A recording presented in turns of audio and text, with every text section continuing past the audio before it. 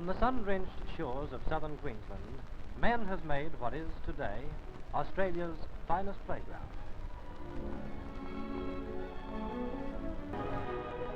We said we'll go up and have a look at Brisbane. We got to the Gold Coast here, and found out there was a racetrack, went and had a look, went back down to Maria, packed up and come back here and been here ever since. So we didn't bother getting to Brisbane.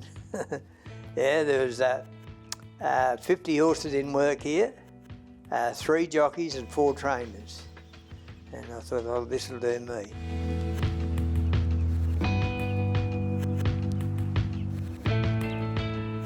And took my licence out and been here ever since, and still here.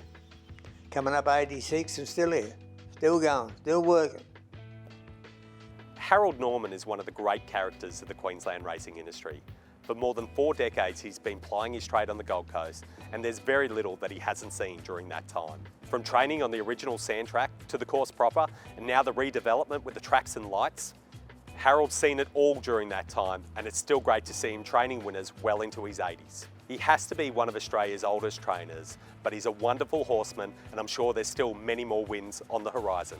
And now, what's happening now is just absolutely super when it's finished. It's going to be really, really good. It's going to be a top track. The times change, all for the better, of course.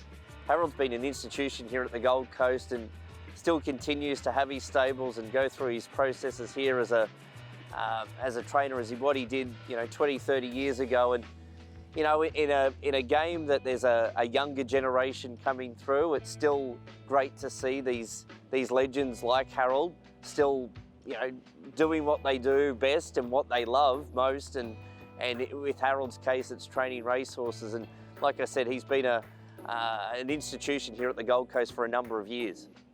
One of those trainers that, is always giving of his time, and the Turf Club has, never had any issues with Harold along the way. He just goes about his business, he works his horses and goes home and does it all again the next day. And as I said, those figures are important in the development of where the Gold Coast wants to be, because they can always go back to those styles of trainers that have been here for a number of years and get pieces of information off them through what they've gone through previously here. And hopefully we can make the best possible product here at the Gold Coast Turf Club, with relying upon trainers like the calibre of Harold Norman that have been here for a number of years and seen the track and the upgrades and all the developments grow in front of them, but give them something to look forward to in their latter part of their career as well, with a world-class facility like this one here.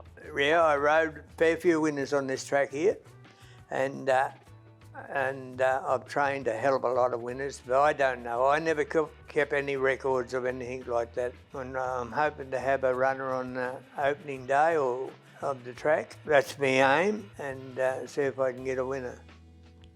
I've got a nice little team there, so I'll just see if I can get a winner out of them. That's what would be my aim, and that way I've rode and trained on 3 different course proppers at the Gold Coast, if I could do that. So I just keep going. So I don't know how long I'll go for. That's what helps keep me going in it, because they're just nice people, good people, And they come to you for advice too. They're not frightened to come and ask you something. So I think it's great the way racing's coming along. And I think it makes it much more attractive for the general public. Outside, now Count Scenario's coming. Is it too late? Melora's in front, 50 to go. Wawiri and Count Scenario grab Melora. Count Scenario in front and wins. Count Scenario won the cup from Wawiri. Yeah, they were great. They were good stayers, Count Scenario was a good stayer. Kugelhop was a good stayer. He won the Queensland Cup. Kugelhop, yeah, there's Kugelhop. That's Kugelhop. Hills about 3 lengths further back, and Bush Triumph's running on. The leader Kugelhoff, Midnight Deal's going with it. Kugelhoff and Midnight Deal are fighting it out. Kugelhoff the outside's a neck in front. Midnight Deal's coming at Kugelhoff. Kugelhoff, Midnight Deal, they split it. Kugelhoff has just... And I think he ran 3:19.5 and I reckon it was a record in those days.